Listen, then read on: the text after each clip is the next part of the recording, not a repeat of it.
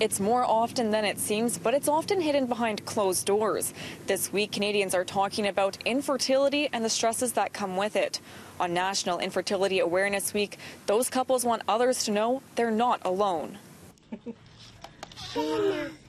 Cameron is 21 months old, but her journey into this world was 3 years in the making. Catherine Tom and her husband had 5 miscarriages in that time. I went through a lot of hopelessness because I just really didn't know whether or not I would be able to have my lifelong dream of starting a family. Doctors didn't have an answer for their miscarriages.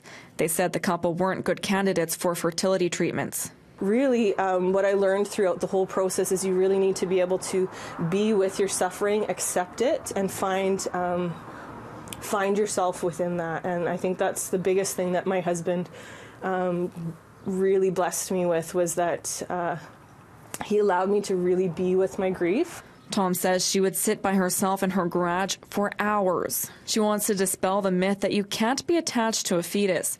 She lost her first baby at 11 weeks when she was on the doctor's table getting an ultrasound. My husband walked into the ultrasound room after we had gone through the procedure, and I just looked at him and I just started crying, saying, "I'm so sorry." She says it's a unique form of grief filled with loss, worry, and fear. You're constantly faced with this, will we or will we not have a family?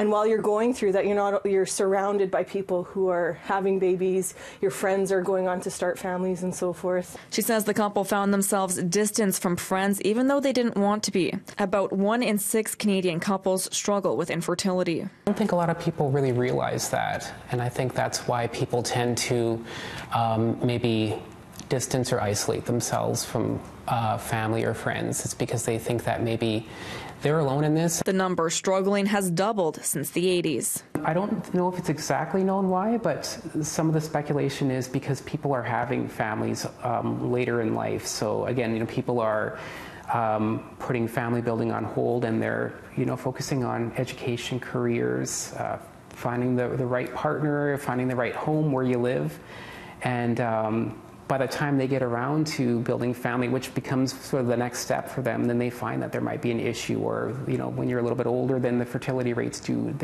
drop a little bit. Another theory is environmental factors like chemicals and radiation. Dial says if you're really struggling, communication with friends, family, or even people outside your immediate circle can really help. In Winnipeg, Stephanie Lasuk, City News.